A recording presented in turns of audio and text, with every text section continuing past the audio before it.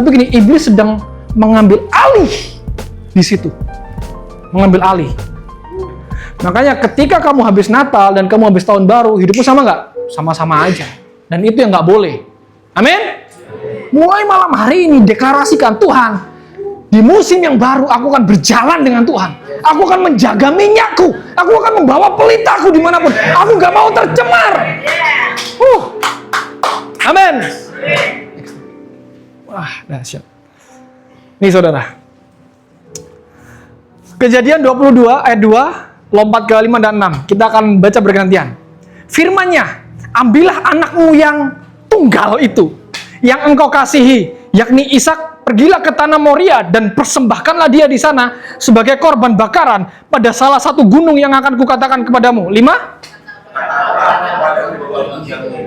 Bila kamu di sini, aku bersama ini akan pergi ke sana. Kami akan sembahyang. 1, 2, 3. Abraham mengambil kayu untuk korban bakaran itu dan memikulkannya ke atas bahu Ishak, anaknya. Sedang di tangannya dibawanya api dan pisau. Demikianlah.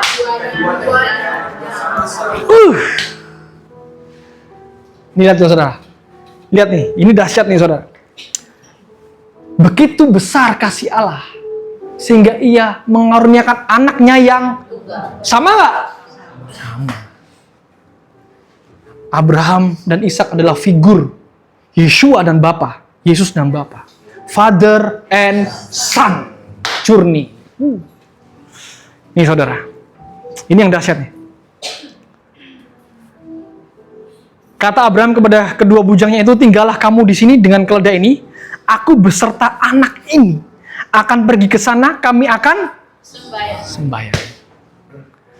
Sembahyangnya nggak tangan kosong. Ada apa? Korban. Nih, yang lebih dahsyatnya lagi gini. Ayat 36. Lalu Abraham mengambil kayu untuk korban bakaran itu dan Abraham sengaja taruh itu dipikulnya oleh Ishak. Ingat loh, Abraham yang sengaja taruh kayu itu supaya Ishak pikul. Makanya gini, Yesus bilang gini, jikalau kamu ikut aku, kamu harus sangkal diri dan pikul salib. Kalau dulu Ishak disediakan oleh Abraham, kalau sekarang kita pikul salib masing-masing. Amin. Kalau dulu Yesus dipaku, sekarang paku dirimu sendiri. Halo. Salib itu nggak disediakan, saudara. Tapi gini, respon. Tuhan kan gini, guru, aku mau ikut engkau. Belum. Kalau kamu mau ikut aku, sangkal diri dan pikul salib. Ini saudara. Nih, Abraham mengambil kayu untuk korban dan memikulkannya ke atas bahu Ishak. Perjalanan ini sudah disetting. Makanya ini saudara, dedikasi harus diusahakan. Terus apa? Diperjuangkan. Dilakukan dengan sengaja. Dengan pengertian yang benar. Bukan nggak sengaja, tapi gini, Tuhan, yes, aku mau jaga minyak. Berarti kalau jaga minyak, aku harus pikul salib. Lakukan itu dengan sadar, dengan sengaja.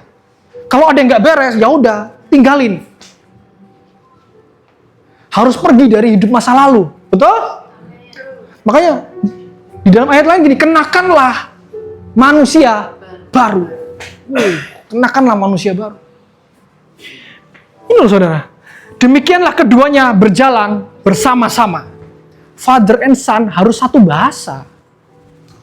Bapaknya mau ngorbanin anaknya, anaknya mau dikorbanin. Oh. Bapaknya mau ngorbanin anaknya, anaknya mau dikorbankan. Saat itu, Bapak, api sudah ada, ini sudah ada. Mana yang dikorbankan? Tiba-tiba Alkitab mencatat, Abraham mengikat siapa? Ishak. Alkitab nggak mencatat gini, maka Ishak meronta-ronta. Enggak. Betul nggak? Tapi Ishak apa? Taat. Hancur nggak hatinya? Hancur. Hatinya Abraham? Hancur. Sama. Ada value sacrifice. Makanya ada persembahan korban yang menyayat. Yang menyayat. Makanya tergantung dulu saudara. Tergantung. Gini saudara. Pengertian kita sedalam mana? Kalau cuman pengertian kita sebatas perayaan Natal, kamu nggak dapet. Percayalah. You don't understand. Kamu nggak ngerti. Kalau cuma sampai ke perayaan. Tapi kalau kamu sampai, Tuhan, Natal ini. Makanya gini saudara. Ada yang bilang, secara umum, Pak, Natal ini ulang tahunnya Tuhan Yesus. Berarti kita yang harus kasih kado, bener gak? Banyak yang ngomong itu. Nah, simpelnya gini, persembahkanlah hidupmu sebagai persembahan yang hidup, yang berkenan. Dan yang kudus dan yang berkenan. Itu kado, itulah persembahan yang sejati. Itulah kado yang sejati. Tuhan gak butuh hanya perayaan, saudara. Yang Tuhan butuhin, itu perubahan hidup kita. Amin. Di momentum ini kita harus ngerti. Next. Oh, ini dia. Yohanes 3 ayat 16. Mari kita baca sama-sama. 1, 2, 3. Karena begitu besar kasih Allah akan dunia ini, sehingga ia telah mengaruniakan anaknya yang tunggal, supaya setiap orang yang percaya kepadanya tidak binasa, melainkan beroleh hidup yang kekal. Ini saudara.